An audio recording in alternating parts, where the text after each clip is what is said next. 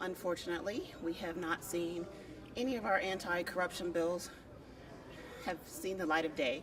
On the floor, good policy bills. The legal expense fund has not made the calendar.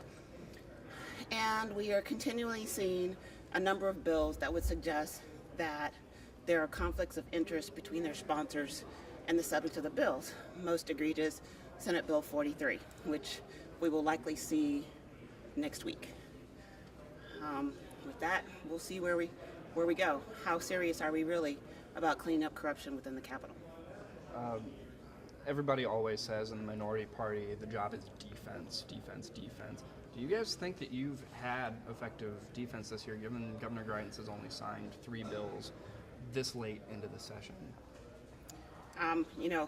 It is defense. We'll just have to kind of wait and see. I can answer that question better when we see what happens with Senate Bill 43.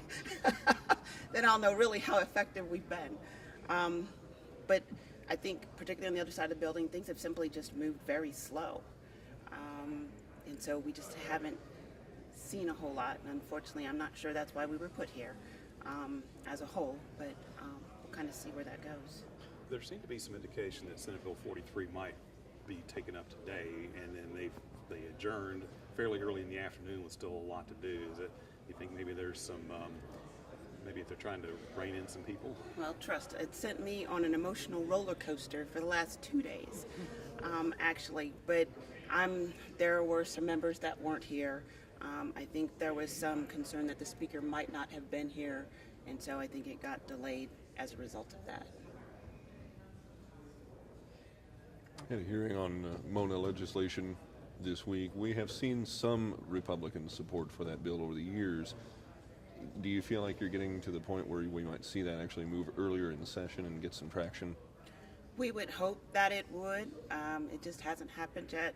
I guess 2 years ago it got through the Senate, and I think it was the very last day of session, so we never did take it up in the House. I think that's an extremely important bill that we've got to keep pushing.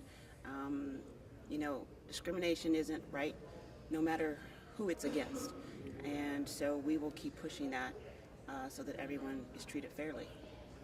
Do you have maybe kind of an expanded take on what's happening on the other side of the building? I know Democrats are set to kind of mount their own filibuster on the circuit breaker, but there are several Republicans that are also mounting their own separate filibusters. Do you see anything getting out of that chamber, including the very important budget bills? Well, I will tell you, it was interesting to listen to the debate on the circuit breaker, to hear the freshman Republican senators join in that filibuster, not on the merits of the bill, but how they have been treated by Senate leadership, something that I didn't expect.